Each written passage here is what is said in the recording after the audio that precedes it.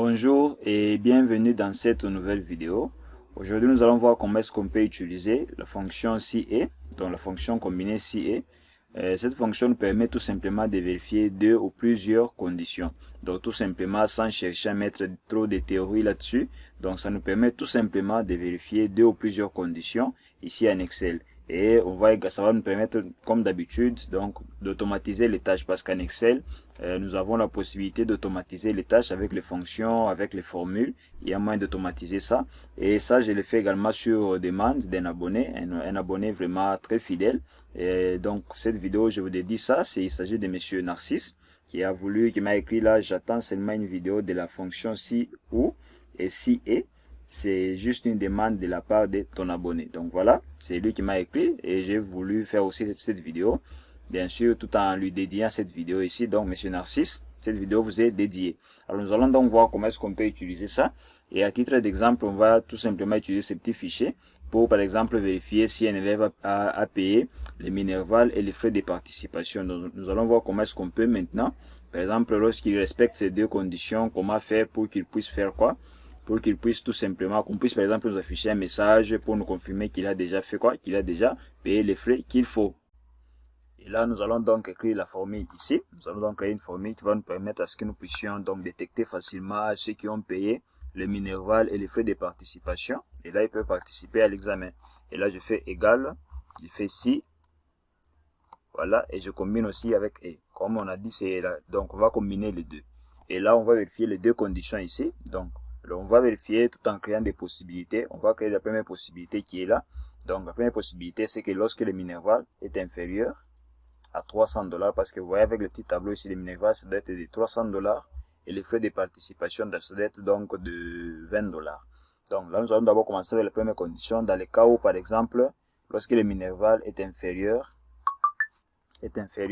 à 200, plutôt à 300 $, est inférieur à $300, je fais point virgule, il est où? Voilà, point virgule, et lorsque, par exemple, les frais de participation est inférieur à $20, et là je mets maintenant qui est un résultat qui doit se produire. Et là je ferme la parenthèse, je fais point virgule, je lui dis tout simplement qu'on puisse nous afficher les messages. Par exemple, on peut afficher quel message? Par exemple, on peut dire ne peut participer. On peut peut-être écrire ça, ne peut participer. On peut faire ça. Et je ferme les guillemets, je fais point virgule. Et je fais encore quoi? Je fais si, je fais et, je fais ça. Et on prend la deuxième possibilité qui est là. C'est lorsque, par exemple, nous avons les minerval qui est inférieur à 300. Mais, par exemple, il n'a pas payé les minerval au complet, ou il n'a pas payé. Et là, on prend pour les frais de participation, il a par exemple payé le tout. Donc, il a payé la totalité. On peut faire ici égal, donc égal à 20. Là, dans le cas où il paye donc les $20 au complet, là, c'est la deuxième possibilité. Première possibilité, donc les minervales inférieures, les frais de participation inférieurs. Mais ici, nous avons les minervales inférieures, mais les frais de participation, c'est OK. Donc, il a déjà payé. Et là, je fais encore point virgule. J'écris encore un message. Par exemple, je peux écrire quoi? Je peux par exemple écrire minerval incomplet. Je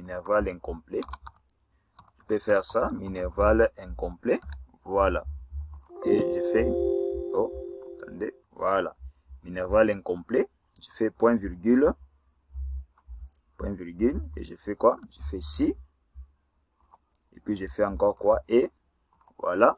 Je combine, je prends encore la troisième possibilité. Il paye donc les minerval au complet. Donc je fais égal à 300. Voilà. Allez, je dis égal à 300. Et je prends la deuxième condition qui est là, les frais de participation. Est inférieur à 20. Donc ce sont des possibilités que vous pouvez créer aussi, hein, ça dépend de vous. Inférieur à 20. Et là, je peux également créer un message qui doit s'afficher. Par exemple, quel message? Voyons. Quel message? On peut écrire quoi? Frais de participation incomplet. Je peux faire, voilà. Je mets entre guillemets.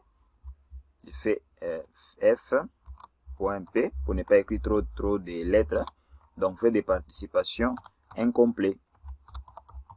Je fais point, je mets plutôt entre guillemets, je fais encore point virgule. Les messages, vous pouvez les personnaliser, vous pouvez les mettre selon vous, ça dépend de vous, vous pouvez les mettre comme vous voulez.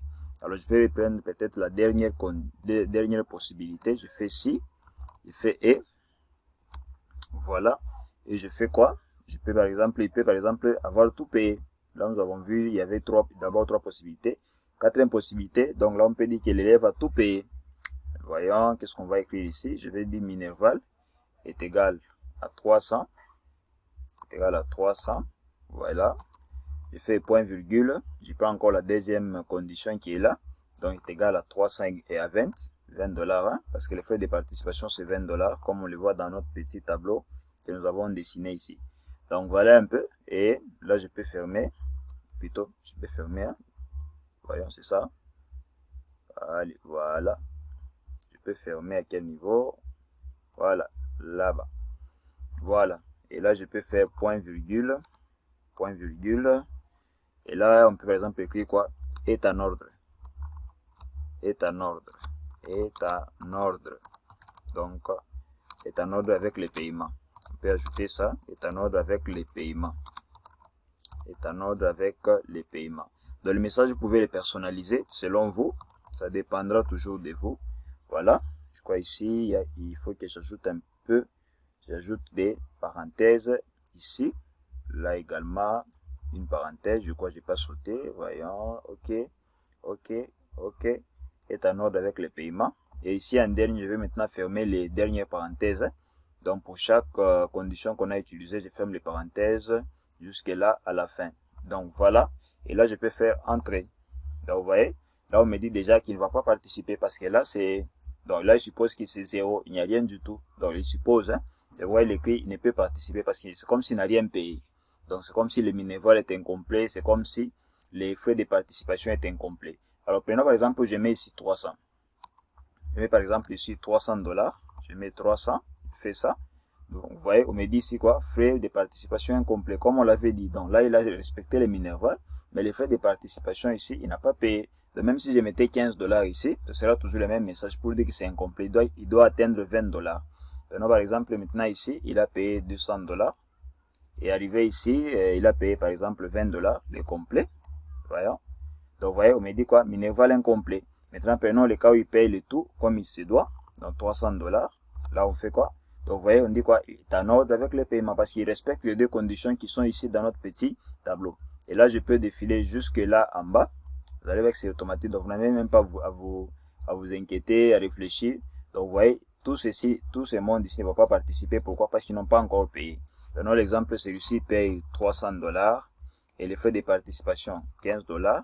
Prenons par exemple celui-ci, lui, il paye 200 $ et les frais de participation 20 $.